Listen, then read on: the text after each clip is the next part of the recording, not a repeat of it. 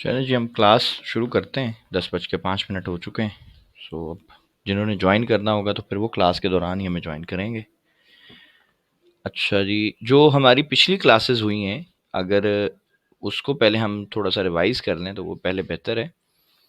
जो हमारा डे 1 था उसमें हमने जस्ट इंट्रोडक्शन टू फॉरेक्स पढ़ा कि फॉरेक्स है क्या, हराम है, हलाल है, क्या है ये, किस तरह काम चलता है, बिजनेस कैसे होता है, प्रॉफिट लॉस कैसे होता है।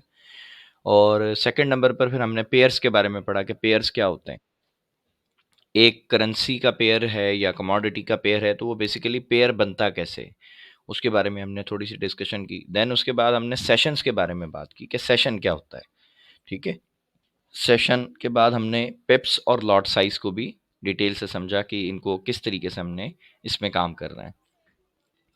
कल की जो हमारी क्लास थी वो बहुत ज़्यादा इंपॉर्टेंट क्लास थी। अगर आप यूँ समझ लें कि इस पूरे कोर्स में अ, शुरू से लेके एंड तक जो चीज़ आपके साथ रहेगी और जिस चीज़ को आपने बहुत ज़्यादा यूज़ करना है, तो वो मार्केट का स्ट्रक्चर है।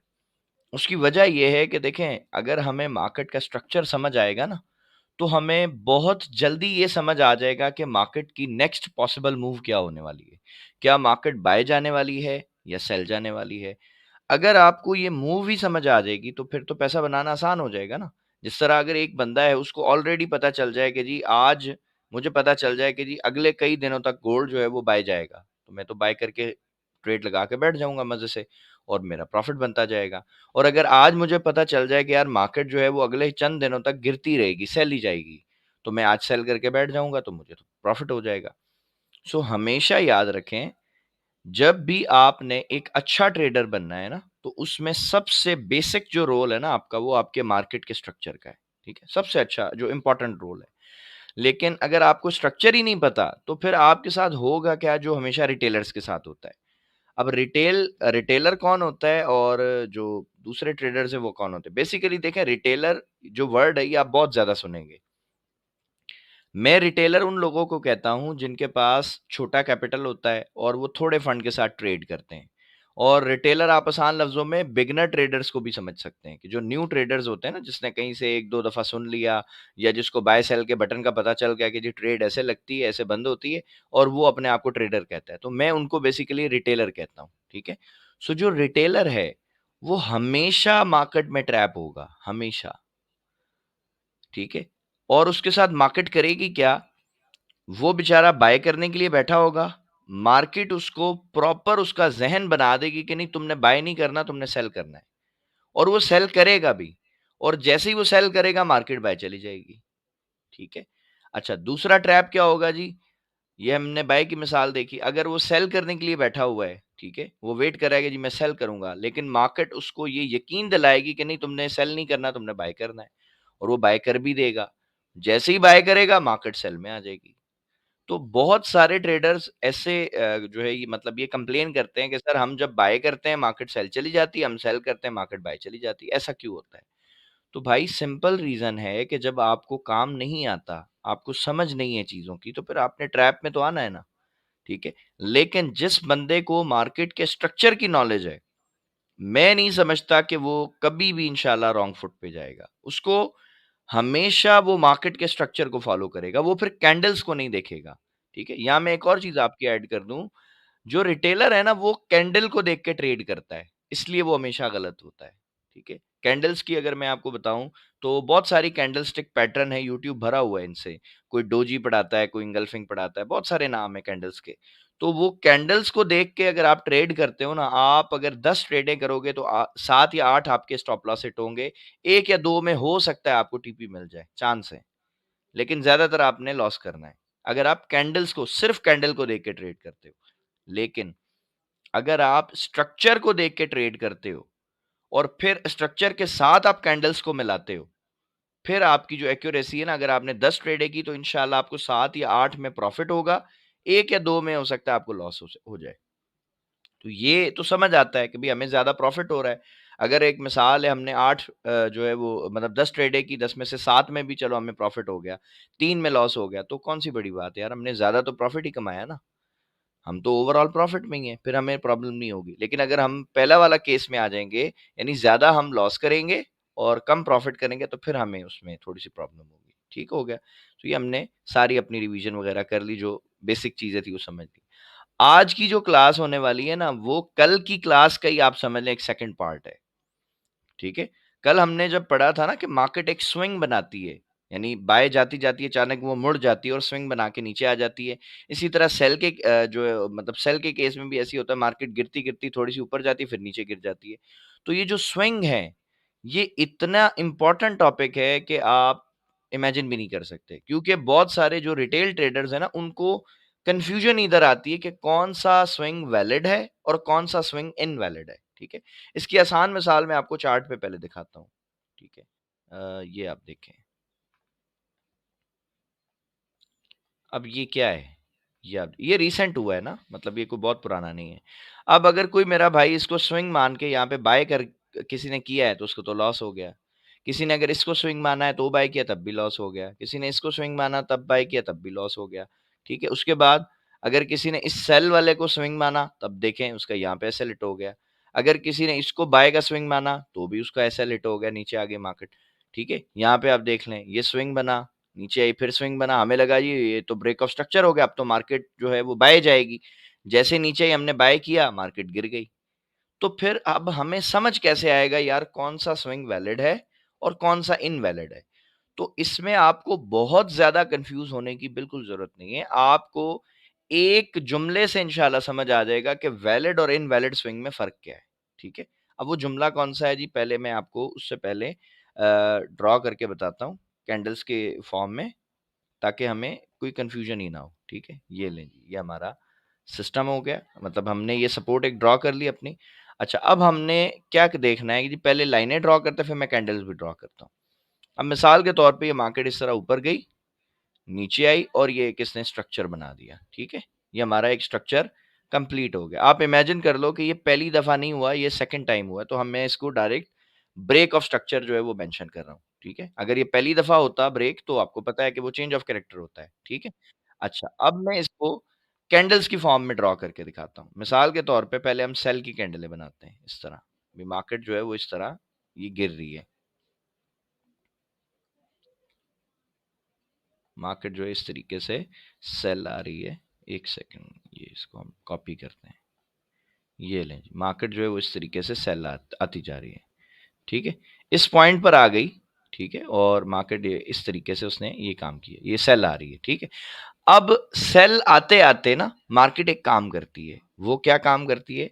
वो आपको कन्फ्यूज़ करने के लिए ना कुछ बीच में बाय की कैंडलें भी बनाएगी। यानी ये जब गिरेगी ना, तो ये क्लियर नहीं गिरेगी, ठीक है? ये किस तरीके से बाय की कैंडल बनाएगी जी? इस तरह से, लेट्स सपोज़ ये ऐसी है ना, ये बाय की कैंडलें भी होंगी इसमें, ठीक है? और या इसका साइज़ ऐसे ही रहने देते हैं ताकि कन्फ्यूज़न नहीं हो, ठीक है? फिर ये नीचे आई, एक रेड कैंडल बनी, फिर ये इधर हो सकता है एक ब्लू कैंडल बन जाए। तो अब हमें समझ नहीं आता कि यार फिर वैलिड स्विंग और इनवैलिड स्विंग कौन-सा है? अब ये तो समझ ही नहीं आ रहा कि क्या ये स्विंग माना जाएगा? क्योंकि ये तो बाय की कैंडल है ना, ये गिरी, तो क्या अब मैं अपना स्ट्रक्चर इस तरह ड्रॉ कर सकता हूँ? ये नीचे ला के ऐसे ले जा सकता हूँ? ये देखें, इधर पे गई, फिर ये ऊपर गई और फिर ये नीचे। क्या ये मेरा स्ट्रक्चर सही है?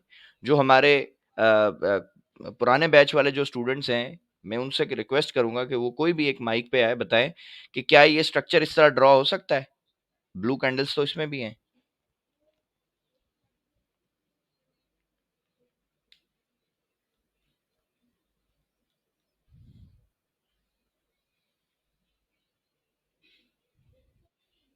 कोई भी एक स्टूडेंट आ जाए माइक पे और मुझे बताएँ कि क्या ये स्ट्रक्चर मैंने सही ड्रॉ किया है? मार्केट इस तरह ये जो आई है, तो ये क्या सही है, स्ट्रक्चर वैलिड है या इनवैलिड है? नहीं, शेप्स तो सही है। जो पुराने हमारे जो स्टूडेंट्स हैं ना, उनमें से मैं रिक्वेस्ट कर रहा हूँ कि वो कोई आ जाए माइक पे, वो बताएँ, अपना माइक ऑन करें।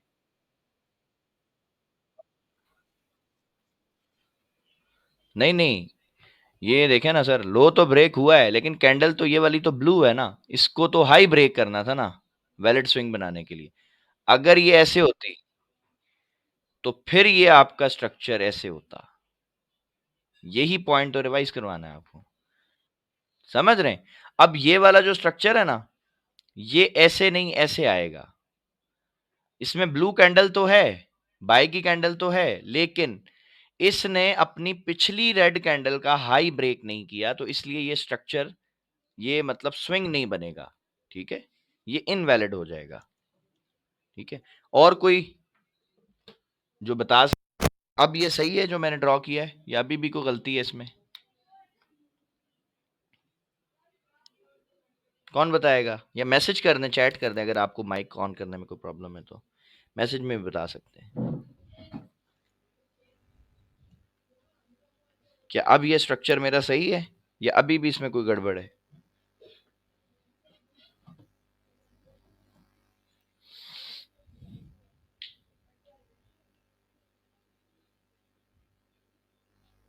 लगता है थोड़ी इसमें कंफ्यूजन है सबको ही। चले मैं इसको वापस से ड्रॉ कर आपको समझाता हूँ, बिल्कुल जीरो से, स्क्रैच से समझते हैं इसको। इमेजिन करते हैं जी हमारी एक सपोर्ट है, ठीक है, और पहले हम बाय का केस समझते हैं, फिर सेल में आ जाएंगे। अब मार्केट जो है ना वो यहाँ से बाय जाना शुरू हुई, इस तरीके से ये ऊपर गई, ठीक है, प्राइस ये ऐसे ऊपर गई। अब ये बाय जाती जाती ना ये एक काम करती है, ये क्या करती है, एक सेल की कैंडल बना देती है इस तरह से। ठीक है, और अक्सर जो सेल की कैंडल होती है ना उसके नीचे विक भी होती है। ठीक है, ये इस तरह से एक विक भी होती है। ठीक हो गया। अच्छा, उसके बाद मार्केट अगेन बाय जाना शुरू कर देती है इस तरह से, वापस बाय जाती है। अब जब ये और ऊपर जाती है ना तो फिर इसकी कैंडल्स का साइज भी अक्सर बाय का मैंने नोटिस किया छोटा होता रहता है। ये से बाय जा रही है, बाय जाती जाती फिर ये क्या करेगी, एक ऐसी बड़ी कैंडल जो है ना सेल में बना देगी। ये हम यहाँ पे ड्रॉ करते हैं, ये इसका कलर भी मैं रेड कर देता हूं। ठीक है, अच्छा, अब ये जो स्ट्रक्चर है ना ये आपको बार बार दिखेगा, बेतहाशा दफा दिखेगा कि मार्केट क्या करेगी, ऐसे बाय जा रही है, बाय जाते जाते एक सेल की कैंडल बनाएगी, रेड कैंडल होगी, उसके नीचे विक भी होगी, और फिर उसके बाद वापस बाय जाना शुरू कर देती है, और फिर लास्ट में आके एक बड़ी सेल की कैंडल बना देती है। ठीक है, अच्छा, अब जब ये सेल की कैंडल बनेगी ना तो उसके बाद दोबारा मार्केट जो है वो फिर अपना बाय का जो एक ट्रेंड है उसको फॉलो करती है, और फिर मार्केट ऊपर जाना शुरू कर देगी इस तरीके से, फिर ये और ऊपर चली जाएगी। ठीक है, अच्छा, अब मेरा आपसे सवाल है, कोई भी एक आ जाए दोबारा माइक पे, क्या इस तरह आपने मार्केट को चलते हुए देखा है, इस तरह की कैंडल्स बनते हुए देखा है आपने या नहीं देखा? पहले तो मैं सिंपल आपसे सवाल, ऐसे ही बनती है। ठीक है सर, 99.9% मार्केट चलती है ऐसे। ठीक है, आप किसी भी टाइम फ्रेम में देख लेना, 1 मिनट देख लो, 3 मिनट देख लो, 5 मिनट देख लो, 15 मिनट देख लो, 1 घंटा देख लो, एक दिन देख लो, कोई भी टाइम देखो, मार्केट इसी तरह से चलेगी। ठीक है, अब मसला ये आता है कि यार फिर हम इसमें स्ट्रक्चर कैसे ड्रॉ करेंगे? स्ट्रक्चर अगर देखें, अगर ये रेड कैंडल नहीं होती तो हमें समझ आ जाता, हाँ यार ठीक है ये तो ऊपर गई, यहाँ तक ये रेड कैंडल आ गई, इधर हमने बना लिया, फिर ये ऊपर चली गई, ये तो समझ आ गया। लेकिन अब हमें कंफ्यूज क्या करती है ये रेड कैंडल, अब हो सकता है ये एक नहीं हो, मैं यहाँ पे भी एक रेड कैंडल बनाता हूँ ताकि मजीद जो है ना हमें कंफ्यूजन ना हमारी खत्म हो। एक रेड कैंडल मैंने इधर भी बना दी। ठीक है, अब ये थोड़ा सा और मैंने इसको अच्छा कर दिया आपके स्ट्रक्चर को, ताकि समझने में आपको आसानी हो जाए इंशाल्लाह। इसको हम ऐसे करते हैं थोड़ा सा,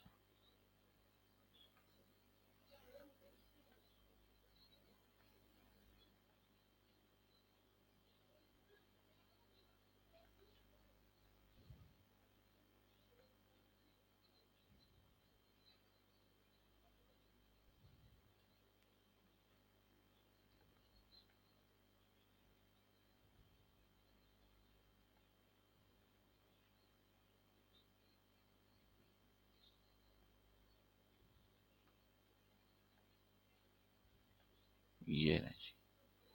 ये अब आपकी ना एक ऐसी परफेक्ट एग्जांपल बन गई है स्ट्रक्चर की, जो अल्हम्दुलिल्लाह आपको जब आप चार्ट पे जाएंगे ना तो आपको ये बहुत ज्यादा दिखेगा, और आई थिंक ये कंफ्यूज भी करता है लोगों को बहुत ज्यादा।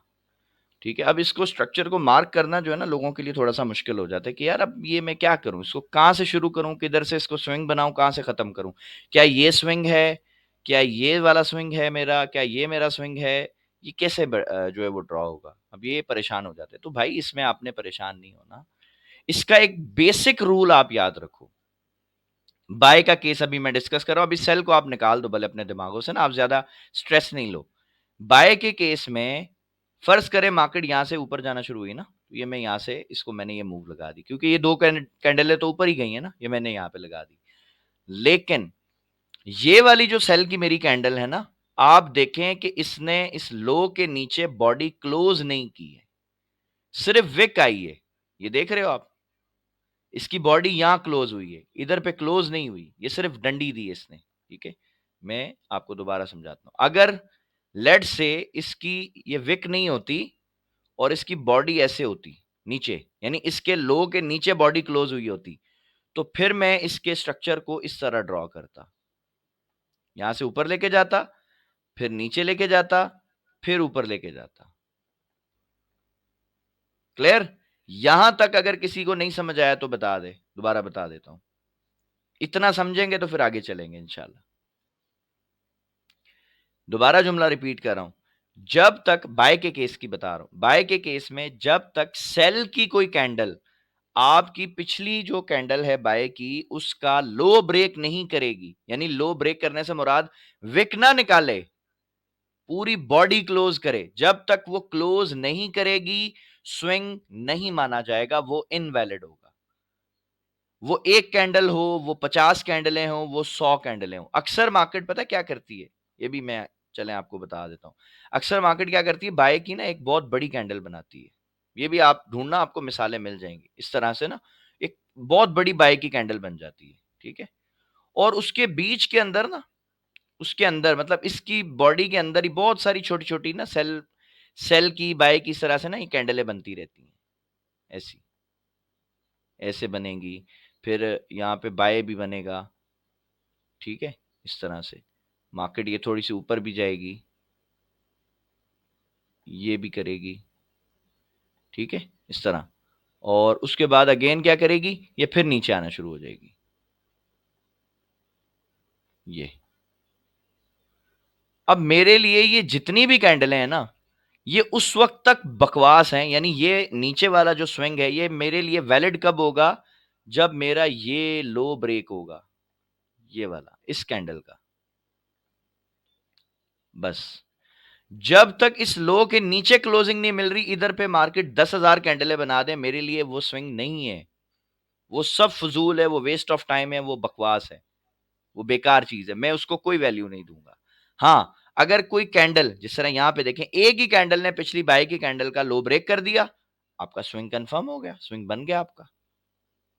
समझ आए यहां तक? अच्छा, अब हम क्या करते हैं जी, इसको वापस वैसे ही बना देते हैं।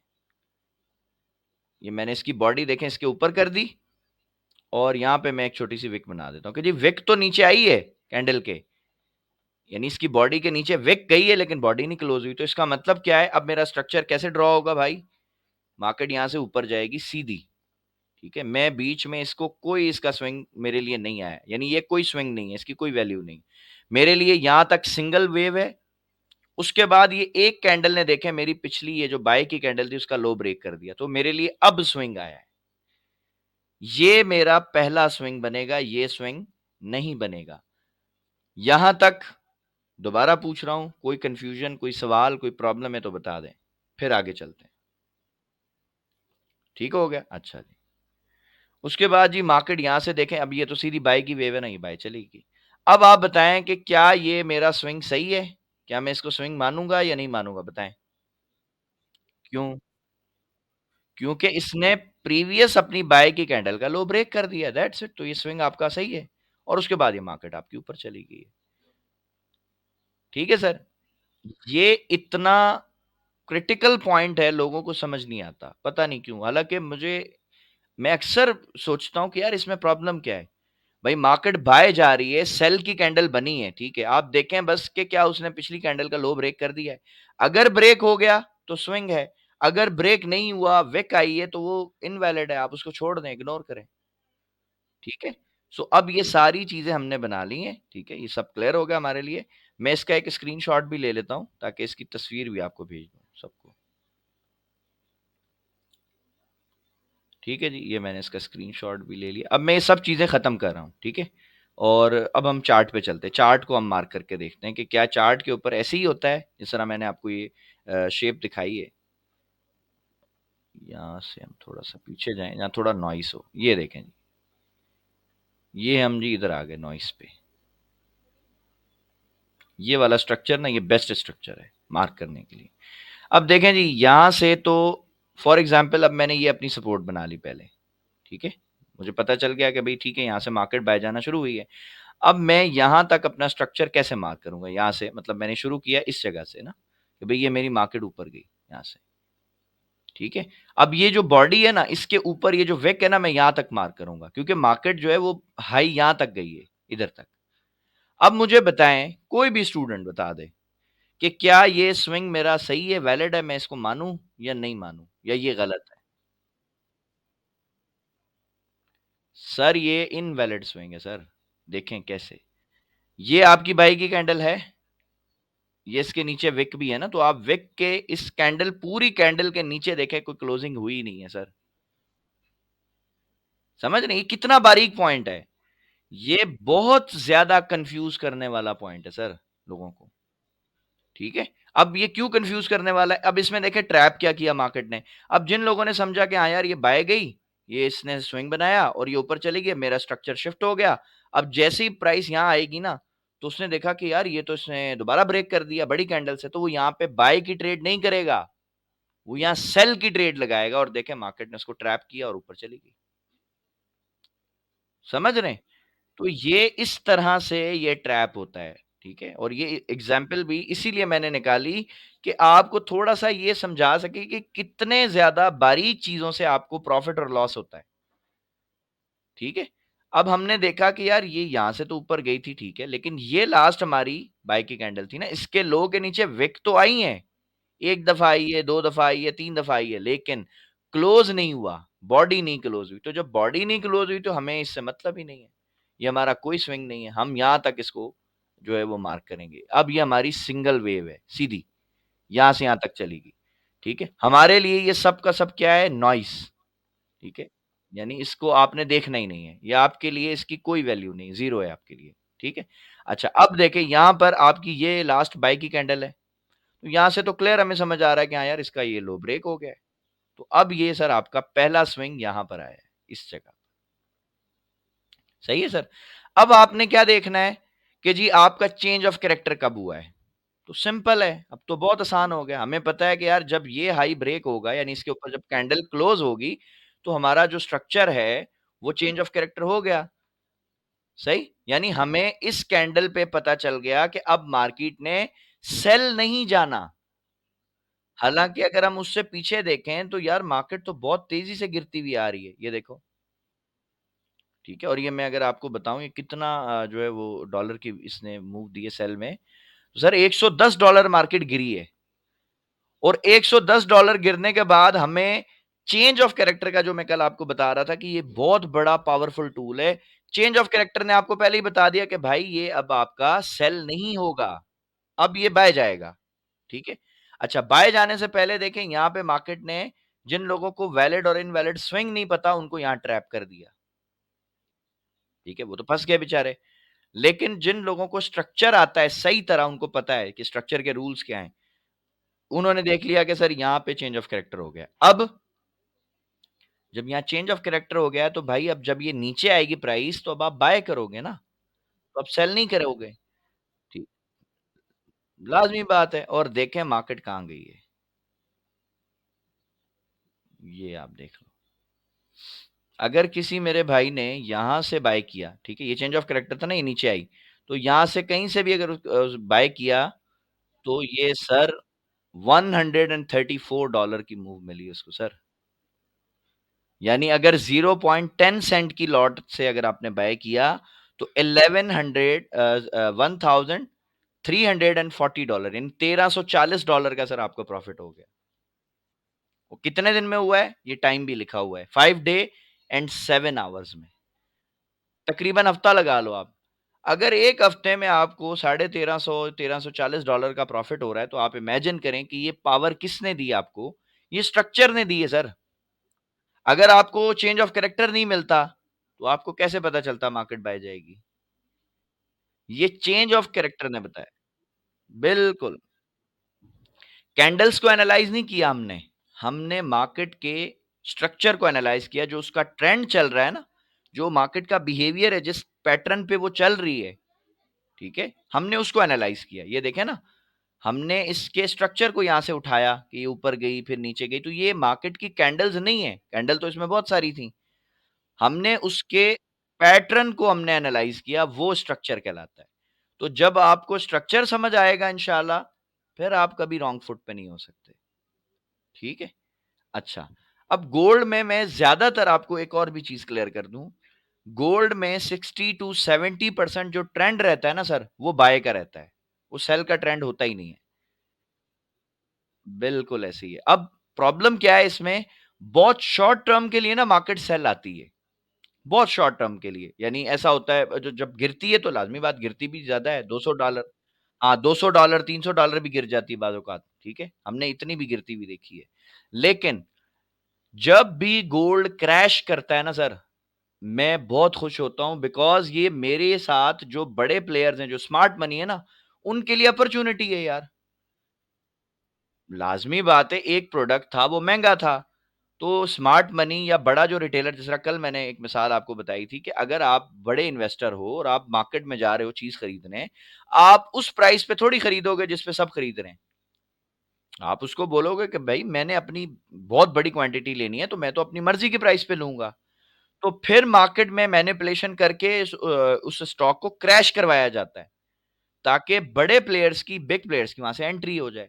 तो जब भी मार्केट $100, $200, $300 क्रैश हो, तो ये आपके लिए तो सर अपॉर्च्युनिटी है, ठीक है? ये आपके लिए टेंशन नहीं है। हाँ, आपने तो फिर रीज़न तलाश करनी है कि यार मुझे बस बाय की रीज़न मिले, मैं बाय कर लूँ, ठीक है? और ये हमेशा होता है। आप देखें, अगर मैं ऐसे ही आपको एक सिंपल चीज़ दिखाऊँ, जब भी मार्केट क्रैश हुई है ना, तो इसने बहुत बड़ा जो है पंप लिया है। ये देखो, ये मार्केट यहाँ तक क्रैश हुई, ये पंप आ गया।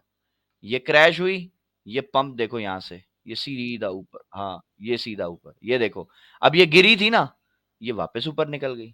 मैंने यहाँ से बाय किया हुआ है 72 से, अल्हम्दुलिल्लाह। सो हमेशा मार्केट को जब वो क्रैश करे, उसमें आप अपॉर्च्युनिटी तलाश करनी है आपने। अब वो अपॉर्च्युनिटी आपको कैसे मिलेगी भाई?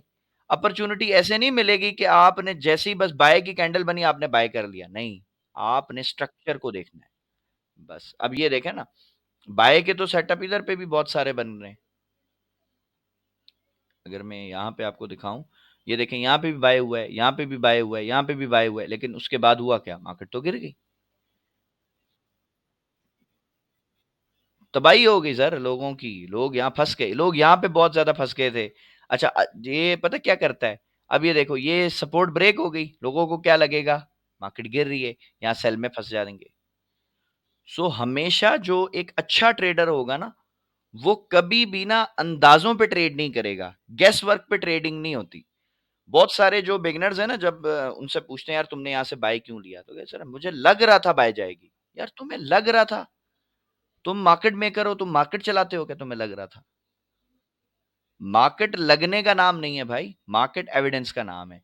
अगर एविडेंस मिलता है तो काम करें, नहीं तो नहीं करें। अब देखें, ये चेंज ऑफ कैरेक्टर हुआ, आपको क्या समझ आ गई? मार्केट ने बाय जाना है, और उसके बाद देखें हुआ क्या? अब ये आपका हाई ब्रेक हुआ है, ठीक है? अब हम इसका एक स्ट्रक्चर ड्रॉ करते हैं यहाँ पे प्रॉपर। यहाँ पे फर्स्ट टाइम हमारा हाई ब्रेक हुआ, हमें पता चल गया जी हमारा चेंज ऑफ कैरेक्टर है। अब ये हमारा हाई था ना? हाँ, अब ये जब देखें, यहाँ पे भी एक और भी चीज़ आपके लिए सीखने वाली है। जब ये देखें, ये विक ऊपर गई है ना, तो आपका यहाँ पे ब्रेक ऑफ स्ट्रक्चर नहीं होगा। जब तक इसके ऊपर कैंडल नहीं क्लोज़ होगी ना सर, तब तक आपका ब्रेक ऑफ स्ट्रक्चर वैलिड नहीं है, वो इनवैलिड है, ठीक है? हाँ, अब ये देखें, यहाँ पे ब्रेक ऑफ स्ट्रक्चर हुआ है इस जगह पे ना, तो अब मैं ये चेंज ऑफ कैरेक्टर को हटा के यहाँ पे बीओएस लिख देता हूँ। अभी हमारा ब्रेक ऑफ स्ट्रक्चर हो गया। अब हमने क्या देखना है जी, मार्केट ऊपर जाएगी, यहाँ से उठ के, और फिर उसने एक, अब ये कैंडल देखें, हाँ, बताएँ क्या ये स्विंग है? इससे पहले देखें, मैं आपको ये भी दिखाऊँ।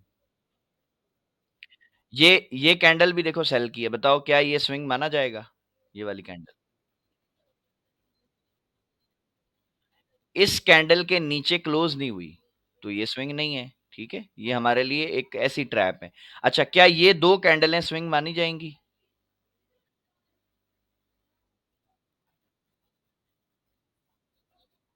सर टच नहीं करना ना सर, टच नहीं करना, यही तो आपको समझा रहा हूँ, टच नहीं करना, उसको बॉडी क्लोज़ करनी है।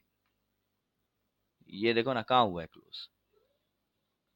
इन दोनों ने इधर क्लोज़ ही नहीं की इसके नीचे, ठीक है? अब जो आपका वैलिड जो स्विंग आया ना, वो ये कैंडल आपका स्विंग है। क्योंकि इसने आपकी ये प्रीवियस जो जो बाय की कैंडल थी उसका लो ब्रेक कर दिया ना, नीचे क्लोजिंग कर दी। तो अब आप इसका स्ट्रक्चर कैसे ड्रॉ करेंगे सर? आपने सिंपल यहाँ से मार्क करना है, ठीक है? पहले हम ये देखते हैं कि भई यहाँ से मार्केट ऊपर गई, ये हमारा चेंज ऑफ कैरेक्टर हो गया कन्फर्म, वापस नीचे आई, ठीक है? अब इसमें एक और भी चीज़ बता दूँ, आप यहाँ तक सेल नहीं लगा सकते, जो लोवेस्ट पॉइंट होगा ना आप उसको मार्क करोगे। तो सबसे डीप जो पॉइंट था वो ये वाला भी नहीं है, ये वाला भी नहीं, ये डीप पॉइंट है ना, सबसे नीचे वाला।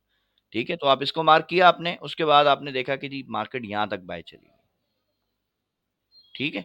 अच्छा, उसके बाद लास्ट जो आपकी स्विंग जो आपका आया वो इस कैंडल ने दिया तो इसका लो आप पकड़ लो, ठीक है?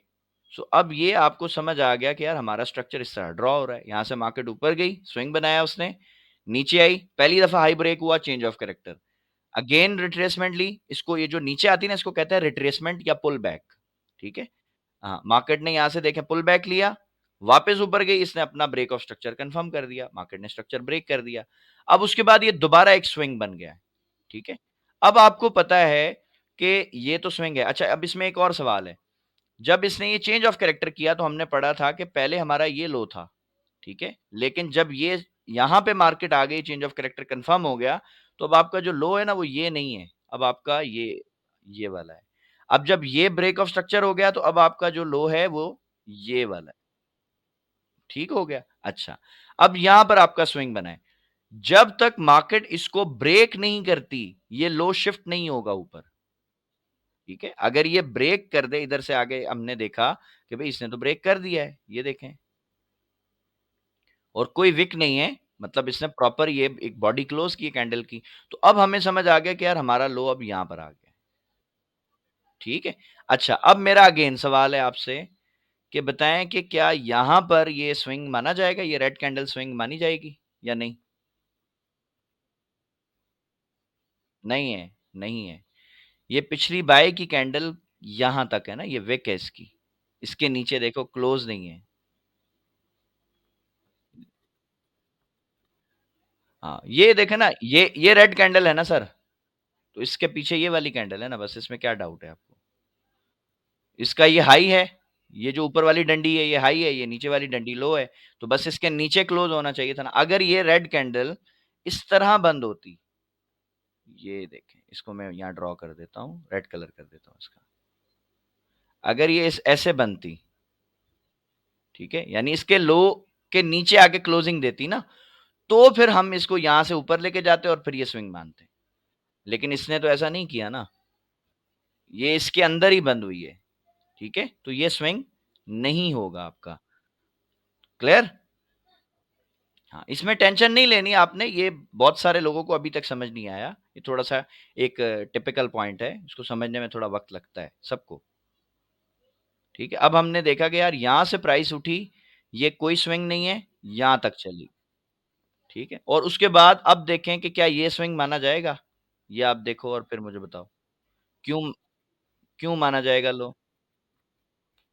काफ़ी सारे को छोड़ दो, आप बोलें सर इसने प्रीवियस ये जो पिछली बाय की कैंडल थी ना, जो लास्ट बाय की कैंडल थी, उसका लो ब्रेक कर दिया, बस। बस उसका लो के नीचे क्लोज हो गया तो स्विंग है, नहीं होती तो स्विंग नहीं था, ठीक है? अब यहाँ से जब प्राइस उठी है तो अब मुझे आप बताओ कि क्या ये ब्रेक ऑफ स्ट्रक्चर माना जाएगा? बिल्कुल, क्योंकि ये बॉडी क्लोज हुई है, तो ये हमारा लास्ट यहाँ पे ब्रेक ऑफ स्ट्रक्चर हो गया, ठीक है? अब हमारा लो बताओ कौन-सा वाला होगा? ये वाला होगा, ये वाला होगा, कौन-सा वाला लो मानो? ऊपर की तरफ वाला, क्योंकि मार्केट ने यहाँ से रिट्रेसमेंट ली, स्विंग बनाया और फिर इसको हाई को ब्रेक किया। तो अब ये लो आपका उठ के यहाँ आ गया। आसान हो गया सर। इसमें अभी भी कोई क्वेश्चन है तो बताएं। सिर्फ ये स्विंग में, बाय वाले स्विंग में, सेल वाला हम बाद में डिस्कस करेंगे।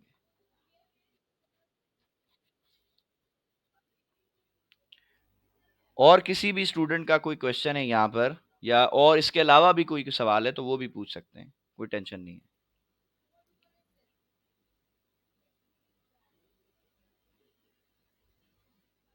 क्योंकि 95% लोगों की गलती इसमें, उनको ना वैलिड स्विंग का पता है, ना वैलिड पुल बैक का पता है, तो वो फिर बेचारे परेशान हो जाते हैं। वो कहते हैं सर ये क्या हुआ, जिस तरह यहाँ पे मैंने आपको पहले ही शुरू में एक ट्रैप दिखा दिया और इस पे फिर मैंने क्रॉस भी लगा दिया कि ये कुछ नहीं है। अब ये देखें ये। हाँ, वालेकुम सलाम जी जुबैर भाई।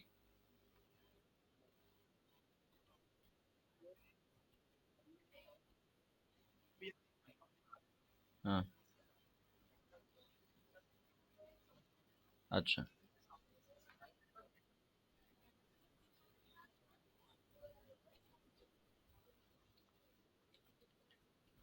एग्जैक्टली ऐसे ही है।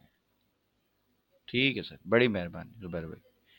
हाँ जी, और किसी का कोई क्वेश्चन है तो बता दें, कोई भी किसी भी किस्म का अगर आपका कोई सवाल है।